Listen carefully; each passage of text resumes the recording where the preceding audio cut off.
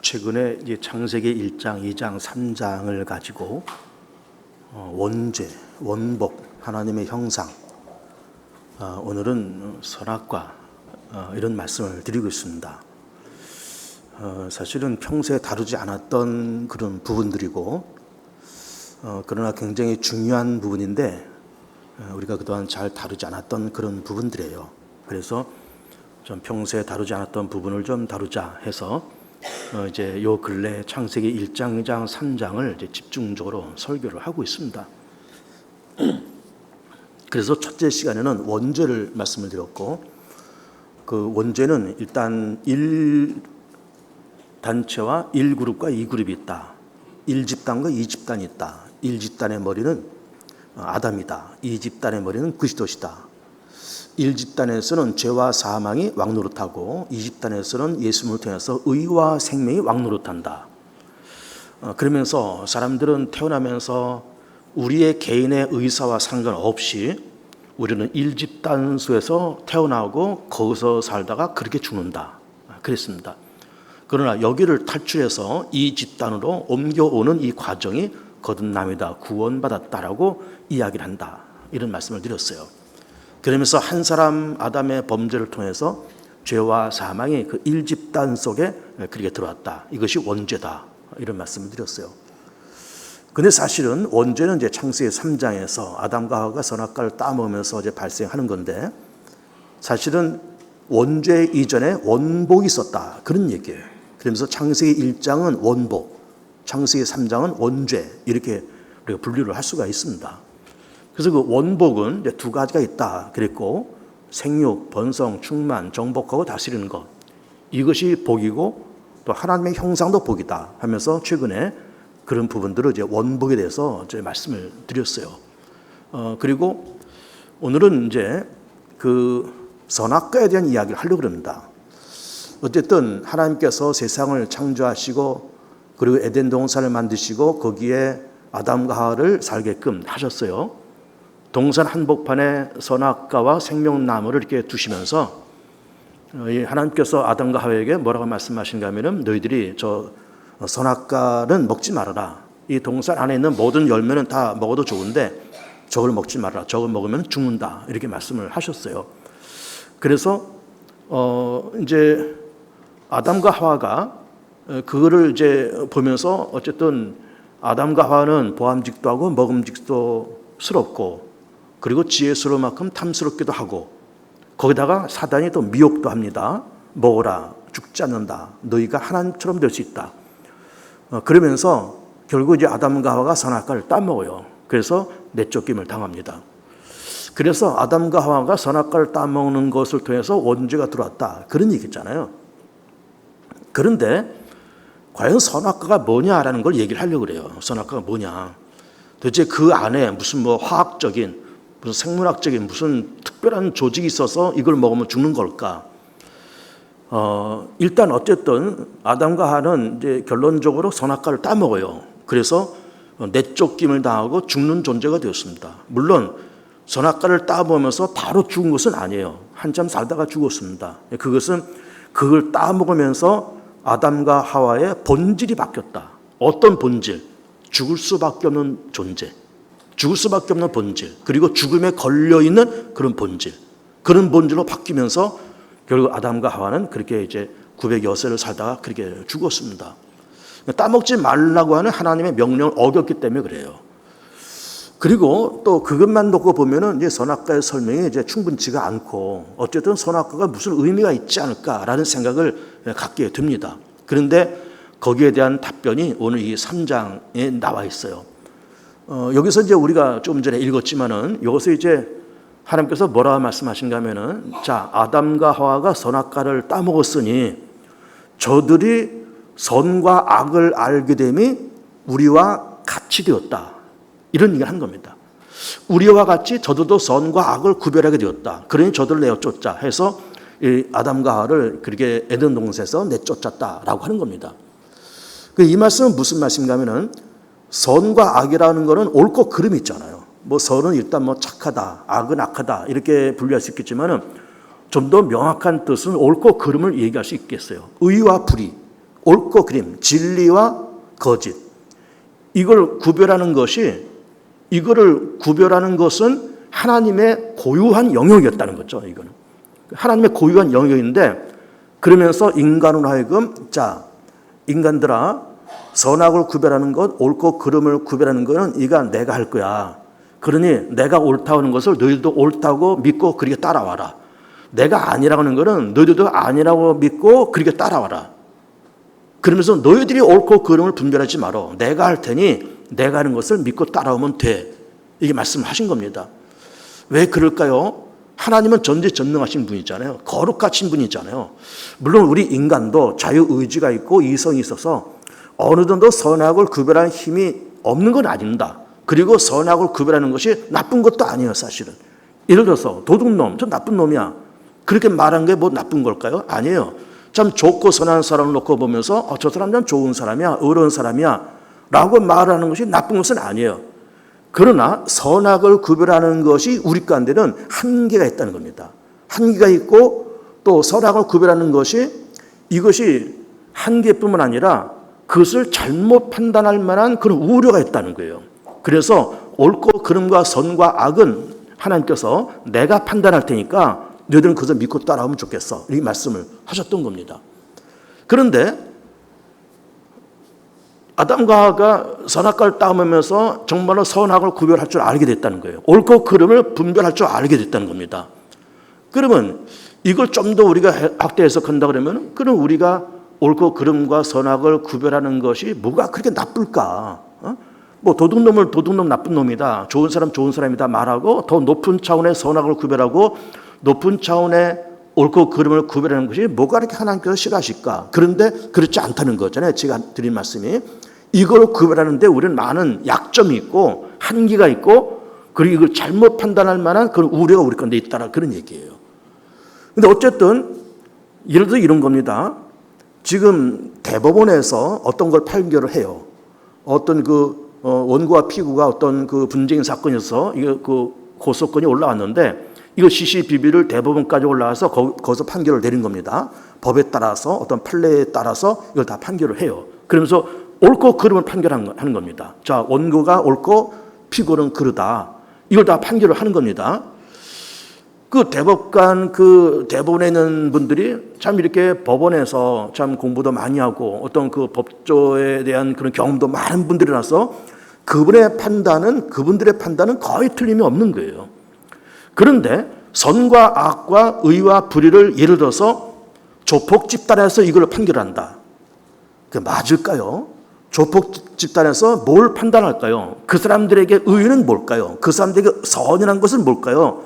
다니면서 공갈치고 뜯어먹고 협박하고 주먹 휘두르고 사채업에 들어가서 고리대금으로 사람들을 등쳐먹고, 그러니까 고리대금으로 사람들을 등쳐먹는다는 것이 그들에게는 의예요. 그게 장사하는 사람들 삥땅 뜯는 거, 그것이 그 사람들의 그것이 의예요. 그럼 그것이 의라고 생각하는 그 사람들의 수준과 그렇게 대법원에서 그 양반들이 이게 옳고 그름을 구별하는 그 판단의 수준은 이건 하늘과 땅 차이인 거예요.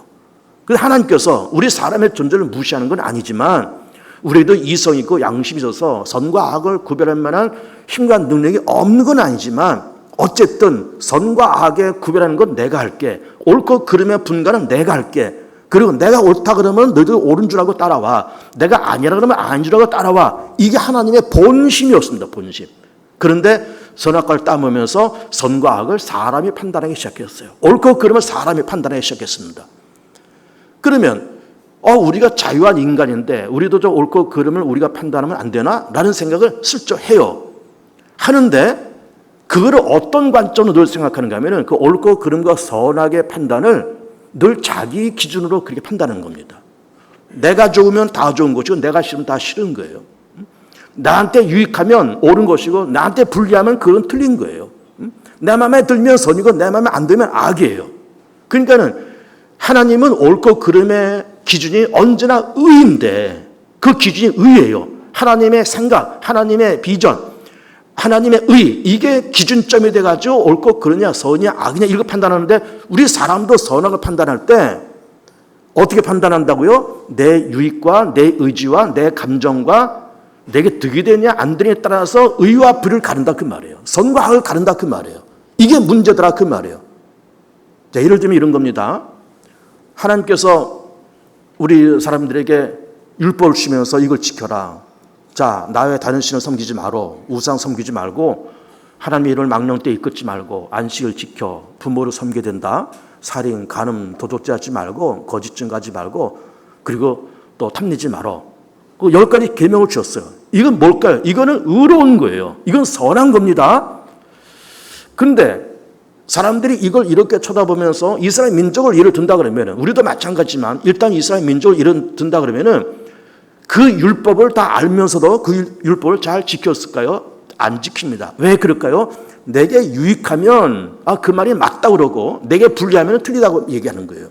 나 외에 다른 신을 섬기지 말어.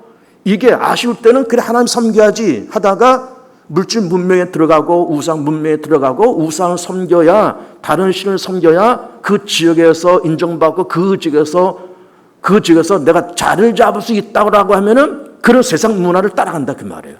이스라엘 민족이 실제로 그랬잖아요. 가나안 땅에 들어가면서 바로 그들이 하나님을 버리고 바알과 아세라 우상을 따라갑니다. 왜 그러니까 그래야 유리하니까. 그래야 그 사회에서 버틸 수 있고 살 수 있고 그걸 그렇게 해야 그 가나안의 원주민들로부터 농사를 배우고 인정받고 그렇게 되기 때문에 하나님을 버리는 거예요. 그래 나 외에 다른 신을 섬기지 말라고 하나님의 말씀이 이게 의고 선인데 자기의 필요에 따라서 자기의 이득에 따라서 자기의 기분에 따라서 다 이걸 판단한다 그런 얘기예요. 그리고 또 살인하지 말아라, 간음하지 말아라, 도둑질하지 말아라 이것도 마찬가지예요. 이게 옳다는 거는 알지만 내 필요에 따라서 취사 선택해서 내가 좋으면 좋은 것이고 내가 싫으면 싫은 것이고 내 필요와 내 감정에 따라서 필요하면 옳은 것이고 필요치 않으면 틀린 것이고 그러면서 하나님의 말씀이 맞는 거지만 그 옳다 그르다라고 하는 모든 기준점이 누구라고요? 자기 자신이에요. 내가 좋으면 다 좋고 내가 싫으면 다 싫어. 내 마음에 들면 드는 것이고 내 마음에 안 들면 안 드는 거예요. 이건 나쁜 거예요. 내게 유익하면 옳은 것이고 내게 유익하지 않으면 이건 악한 거예요. 그러니까는 선과 악의 기준이 옳고 그름의 기준이 하나님이어야 되고 하나님의 의와 공의가 기준돼야 되는데 이걸 사람이 자기의 감정 유익되느냐 유익되지 않느냐 내게 유리하냐 불리하냐에 따라서 선과 악을 판단한다 그런 얘기예요. 자, 우리 이제 교통 신호를 한번 보세요. 파란불 가야 되고 빨간불 서야 되고 좌회전 신호가 있고 뭐 여기저기 제한 속도가 있고 주차 금지 구역이 있고 일방 통행이 있고 다 그렇습니다. 이거는 그렇게 지켜야 교통 흐름이 원활하고 안전하고 서로의 생명과 재산이 보호될 수 있고 그런데 우리는 이렇게 가면서 뭐 비록 빨간불이라고 그럴지라도 쓱쓱 쳐다보면서 양쪽에 차가 없으면 그냥 쑥 가버려요. 제한 속도가 100km, 110km지만은 내 편의에 따라서 내가 바쁘면 가는 거예요. 카메라 없으면 가는 거예요. 오늘 날씨 좋네. 바람 좀 쐬보자 한번 밟아볼까 하면서 130, 150km를 밟는 거예요. 누구 판단이에요 이게? 자기 판단이잖아요. 오늘 기분 좋으니까 밟어. 카메라 없네 밟어. 저 바쁘니까 좀 밟어. 신호도 무시하고 속도도 무시하고 딱 그냥 가는 거예요. 그 판단의 기준이 뭐예요? 이게 자기 자신이에요.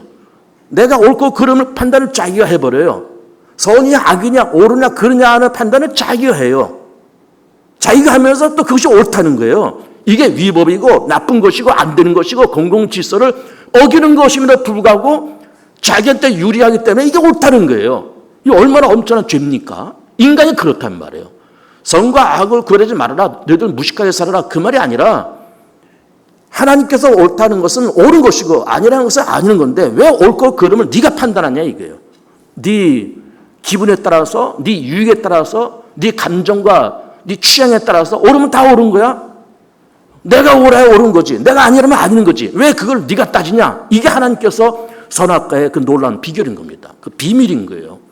근데 어쨌든 인간이 아담과 하와가 선악과를 따먹으면서 선과 악을 구별하면서 그 판단과 기준을 옳으냐 그르냐라는 판단 기준을 늘 하나님께 맞춰야 되는데 자기한테 맞춰요.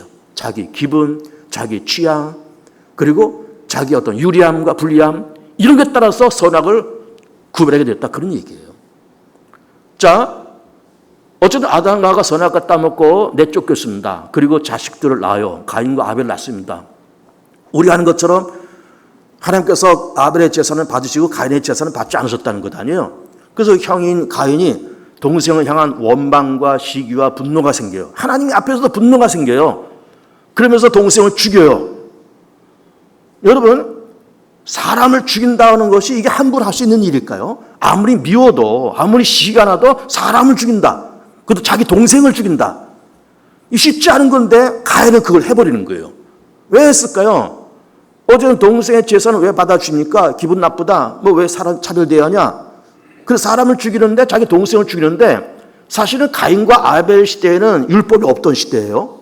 율법은 출애굽을 하면서 시내 산에서 하나님께서 모세를 통해서 주신 겁니다. 그러면 출애굽의 시대는 주전 1400년경이니까 1400년 이전에는 율법이 없었어요. 그리고 그때는 율법 말고 뭘 가지고 사람의 선과 악을 분별했을까요? 사람에게 또 다른 율법이 있습니다. 그것이 뭘까요? 양심이라는 율법이 있어요. 이성이라는 율법이 있습니다. 그러니까 사람은 율법이 없어도 그 사람의 양심이 율법이 되는 거예요. 또 이성이 율법이 되는 겁니다. 그럼 가인이 아벨을 이렇게 죽일 때 율법이 없으니까 율법에서 살인, 가른, 도둑질 하지 말라 그랬잖아요. 그렇지만 율법에 그렇게 말했지만 율법은 아직 없는 시대예요. 살인하지 말아라고 하는 그런 법이 없지만 양심상 양심이 이걸 찌르는 거예요. 가인. 가인 속에는 양심이 가인을 고발하는 거죠. 가인, 당신 지금 당신 동생을 죽이려고 그러지? 응? 당신의 양심인 내가 볼 때 이건 옳지가 않습니다. 그러니까 이걸 멈춰야 됩니다. 그러면서 그 양심이 가인을 무던히 더 말렸을 것 같아요. 안 된다, 하지 말아라, 무던히 말렸을 것 같은데 그 양심의 충동을 버리고 동생을 죽여요. 그러면서 하나님은 가인 속에는 양심을 통해서 죽이지 말라고 그렇게 말씀하셨고 이것이 의이고 이것이 선인데 가인은 그걸 버린 겁니다. 무슨 그따위 소리 하냐? 나 기분 나빠. 그 동생을 죽여버려. 기분 나쁘다, 죽여야 된다는 것이 가인의 그 당시는 선이었어. 이게 의였던 거예요. 이게 옳은 거였어요. 그런 짓을 했다, 그런 얘기예요. 그러니까 사람이 왜 세상에서 죄짓고 왜 이 세상에서 그런 어려운 일을 하고 세상 사회 속에서 왜 갈등이 생기느냐? 옳고 그름과 선과 악의 판단 기준을 늘 자기 자신이에요. 인간이 해요, 인간이 해요. 그리고 그 인간이 옳은 생각과 옳은 판단을 가지고 그렇게 판단하는 것일까? 아니라니까요. 감정과 자기의 유익과 자기의 이권과 자기 취향과 자기 입맛에 따라서 옳고 그른 것, 선과 악을 판단하는데 그게 문제가 되더라, 그런 얘기예요. 자, 우리 대한민국은 이제 민주주의 사회고 자본주의 사회입니다. 그리고 또 이제 사회주의, 공산주의 사회도 있죠. 이북이나 중국이나 러시아 이런 나라들은 이제 사회주의 국가예요. 그러면 민주주의 국가는 민주주의가 의라고 얘기를 하는 겁니다. 그리고 사회주의는 사회주의가 의라고 얘기를 해요. 뭐가 맞는 거예요, 도대체? 분명히 어디는 맞고 어디는 틀릴 것 같은데 뭐가 맞는 거예요? 이게 의다, 이게 의다라고 말을 하는 거는 그 사람들과 그 나라와 그 공동체의 판단에 따라서 그렇게 정한 거예요. 하나님의 정한 것 아닙니다. 야, 대한민국 남한 땅 민주주의를 받아들여. 북한 땅 너 공산주의를 받아들여. 중국 땅, 러시아 땅 공산주의를 받아들여. 하나님이 하신 거예요? 아니요. 본인들이 그렇게 선택한 거예요. 본인들이 생각에 그것이 옳다라고, 그것이 선이라고 생각해서 그런 정치 시스템을 받아들였어요. 옳은 거냐? 진리냐? 진리는 아니에요. 진리는 아닌 겁니다. 그리고 어쨌든 사람들은 자기 생각과 자기 판단이 옳다고 하는 것을 통해서 그렇게 간다, 그 말이에요. 이제 구약성경 보면 그 사사 시대가 있습니다. 사사 시대는 이제 출애굽해서 가나안 땅에 도착하고 그리고 초대왕 사울이 등극할 때까지 한 300여 년 요 기간이 사사 시대예요. 대략 한 주전 1300년서부터 주전 1000년까지 요 기간, 요게 사사 시대인데 성경에서는 뭐라고 말씀하고 있는가 하면 사사기 맨 마지막 보면 그때는 왕이 없으므로 사람들이 자기의 속에는 옳은 대로 행했다는 거예요. 여러분, 이게 뭘까요? 자기의 속에는 옳은 대로, 이게 뭘까요? 자기의 속에는 옳은 대로 선악을 판단했다, 그 말이에요. 자기의 속에 옳은 대로 의와 불의를 판단하고 옳고 그름을 판단했다, 그 말이에요. 그러면 사람들이 그렇게 판단했을 때 그 기준은 뭐라고요? 자기 생각, 자기 주장, 자기 고집, 자기 식성, 그리고 자기의 어떤 입맛, 자기의 감정, 자기의 유익, 자기의 불리함, 이게 기준돼 가지고 옳다 그르다는 것을 자기가 판단해 버려요. 자기가 판단해 버립니다. 그러니까는 자기가 옳고 그를 판단하면서 세상은 갈등과 복잡한 문제가 생기는 거예요. 하나님이 그렇다 그러면 그런 것이고 아니라면 아니라는 것에 모두가 다 굴러먹게 되는데 하나님이 그렇다 그래도 뭐 아닌데요 뭐 하나님이 아니라 그래도 그런 것처럼 보이는데요 뭐 하면서 하나님 뜻을 거부하고 자기 뜻과 자기 감정과 자기 유익과 유불리에 따라서 의와 불을 분간하면서 세상은 시끄럽고 갈등 있는 세상에 든 겁니다. 우리나라 정치권에서 이제 보수적인 진영이 있고 진보적인 진영이 있잖아요. 그 보수적인 진영은 성장이 어젠다입니다.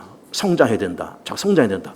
보수적인 이런 진보적인 진영에서는 무슨 성장이냐. 빨리 평등과 그리고 평등과 분배를 하자. 자꾸 분배하자. 여기서는 생산하자. 여기서 분배하자. 성장해야 된다. 무슨 소리냐. 분배하자. 그러니까 보수적인 진영에서는 그러니까 성장이 의예요. 그리고 진보적인 진영에서는 분배가 의예요. 뭐가 옳은 걸까요? 다 문제가 있습니다. 근데 그 사람들이 그렇게 이게 우리 당의 어젠다라고 하는 거는 그 사람들의 입장과 유불리와 이런 걸 따지면서 이것이 옳다라고 스스로 그렇게 자기들이 선택을 한 거예요. 보수진영을 보수진영대로 진보적인 진영대로 그것이 옳다라고 그들이 생각해서 그거를 취사 선택한 겁니다.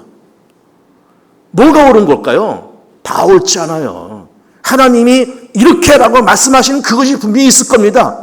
대한민국 땅에 보수 진영아, 진보 진영아 이렇게 된다고 말씀하시는 그 무엇인가 있을 거예요. 근데 이걸 우리가 못 찾고 있는 거죠, 지금.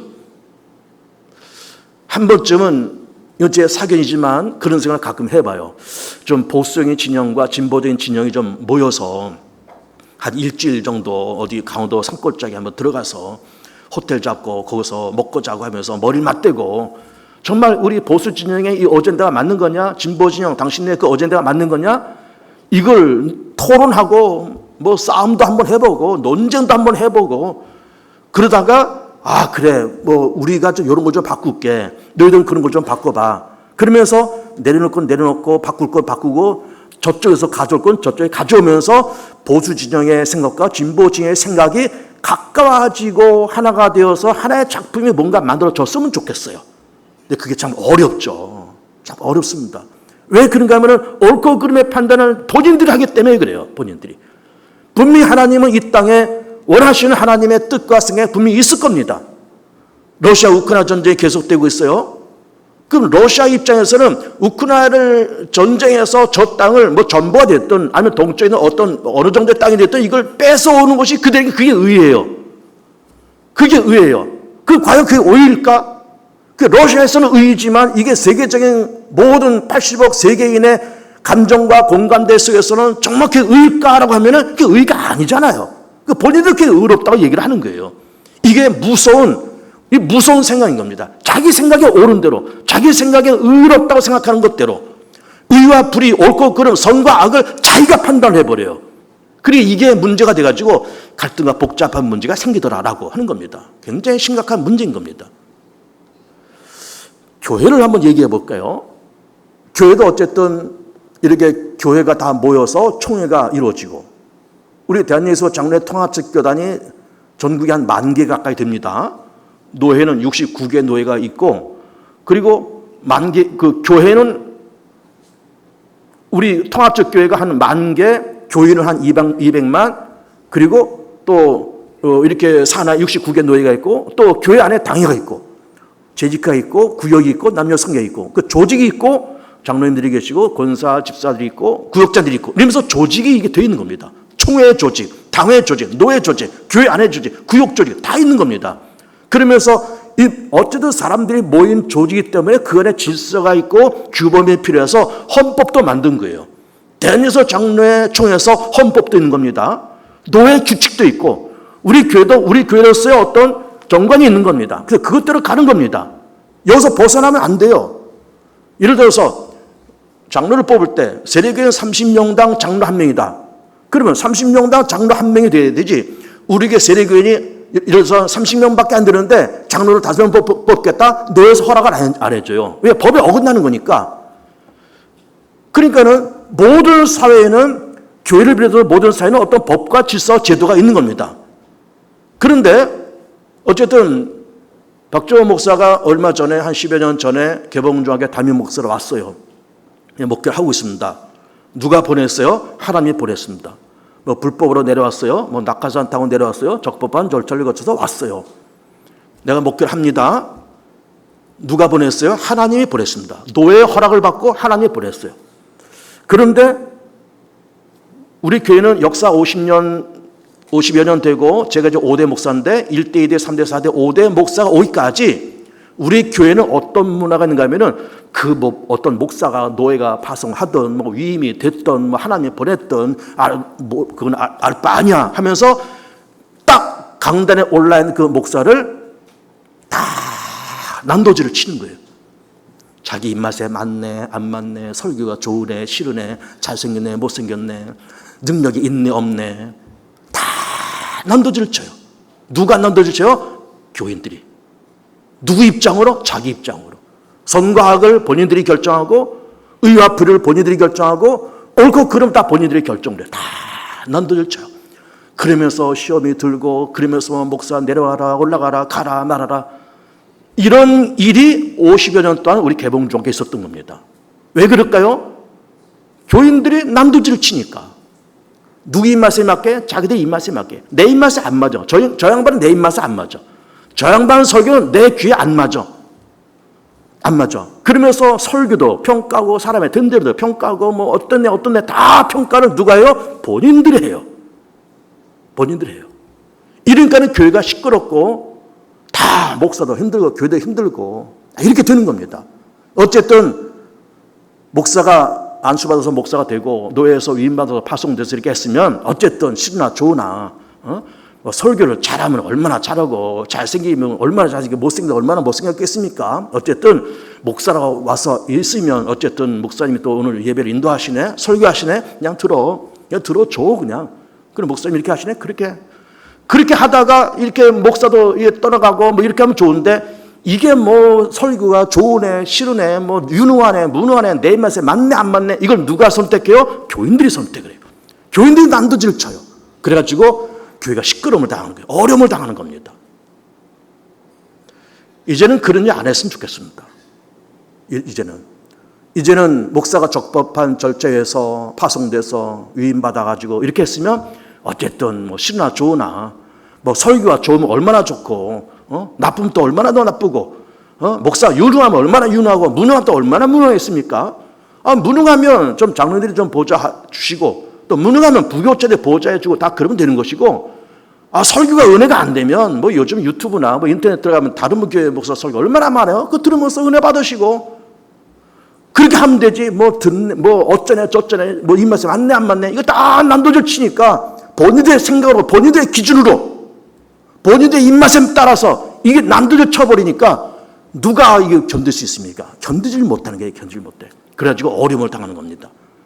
그래서 이 선악과 금악가 무서운 겁니다. 왜 옳고 그름과, 그리고 맞다 안 맞다를 왜 사람 네가 판단하냐 이거예요. 하나님이 옳은 건 옳은 거야, 이건 이거야, 저건 저거야 하면서 하나님이 그렇게 했으면 너희들 난도질 치지 마라. 내가 옳으면 옳은 거야, 내가 틀리면 틀린 거야. 만약에 박주호 목사가 개봉주와 함께 있는 것이 불합리하다 하면 내가 없을 테니까 가만히 있어. 이게 하나님의 뜻이에요. 앞으로는 그렇게 하시기 바랍니다. 앞으로는. 우리가 다 난도질 칩니다. 나가라 들어라, 설교가 뭐 좋네 싫네, 이러니까 어려운 겁니다.